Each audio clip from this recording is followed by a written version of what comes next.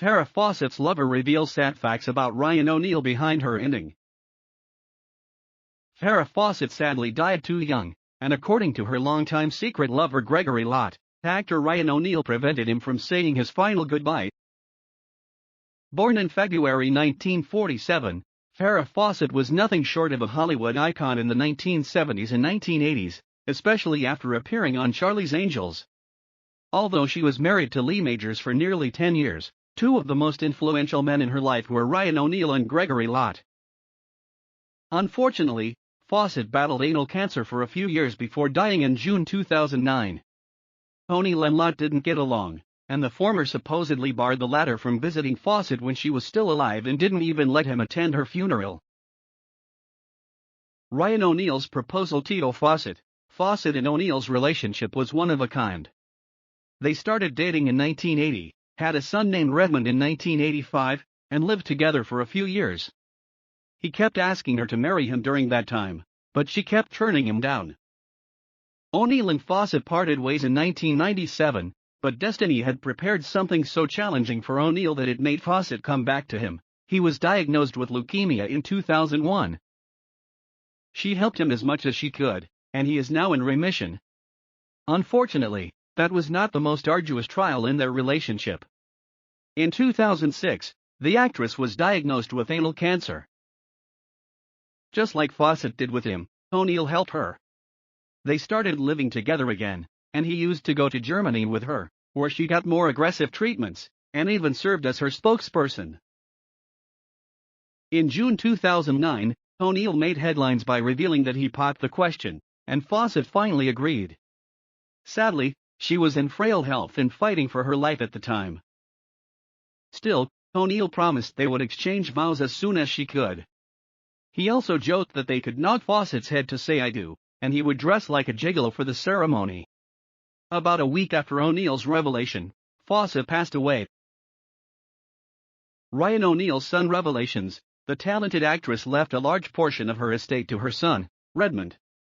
Although O'Neal was supposedly the love of her life, he ended up empty-handed. Even Fawcett's ex-partner Gregory Lawrence Lott obtained $100,000. More on Lott later. Shortly before Fawcett died, O'Neal and his oldest son, Griffin, argued about her will. The fight was so heated that O'Neal tried to shoot Griffin at Fawcett's 60th birthday party. Eventually, Griffin alleged that his father's proclamations of love for the ailing Fawcett were false, as his goal was to be part of the will. Griffin added, Farrah Fawcett's secret lover. Coming back to Lott, he was allegedly Fawcett's secret lover for over a decade.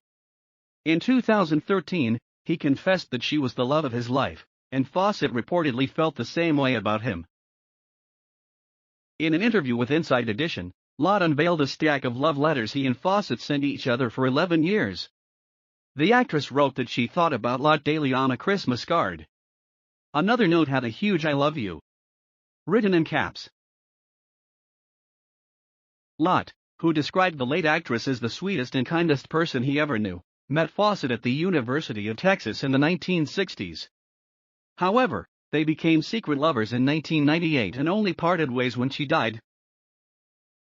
Why Lott couldn't say goodbye to Farrah? As expected, Lott and O'Neal's relationship was far from perfect, as they both considered themselves Fawcett's soulmates and were romantically involved with the actress for years. In 2009, Lott confronted O'Neal because he wouldn't let him see Fawcett before she died. He was so angry that he wanted to swing at O'Neal and even challenged him to a fight, but he's a coward. Farrah Fawcett's portrait is worth millions. After Fawcett died, O'Neal kept making headlines at her expense. The actress left a $30 million portrait painted by Andy Warhol to the University of Texas in her will. O'Neal, who inherited nothing, claimed the painting belonged to him.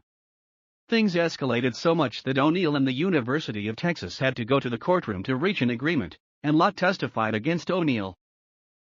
The legal battle ended in 2013, and O'Neal kept the painting. Even though he assured everybody he would never sell the piece of art, he put it up for sale in 2019. He initially hoped to get $20 million but eventually reduced the price to $18 million. It is unclear if O'Neal ever secured the sale, but he supposedly wanted the painting to be owned by a real art collector instead of passing it on to his 4 children. Speaking of children, Fawcett and O'Neill's son, Redmond, has been facing some legal and drug issues for years. He spent some time behind bars in 2009 and was then arrested for a week-long crime spree in Venice Beach and Venice Palms neighborhoods in 2018. Although Fawcett left a $4.5 million trust for him, he could only have access to the interest from the account, approximately $300,000 per year before taxes. Rest in peace, legend.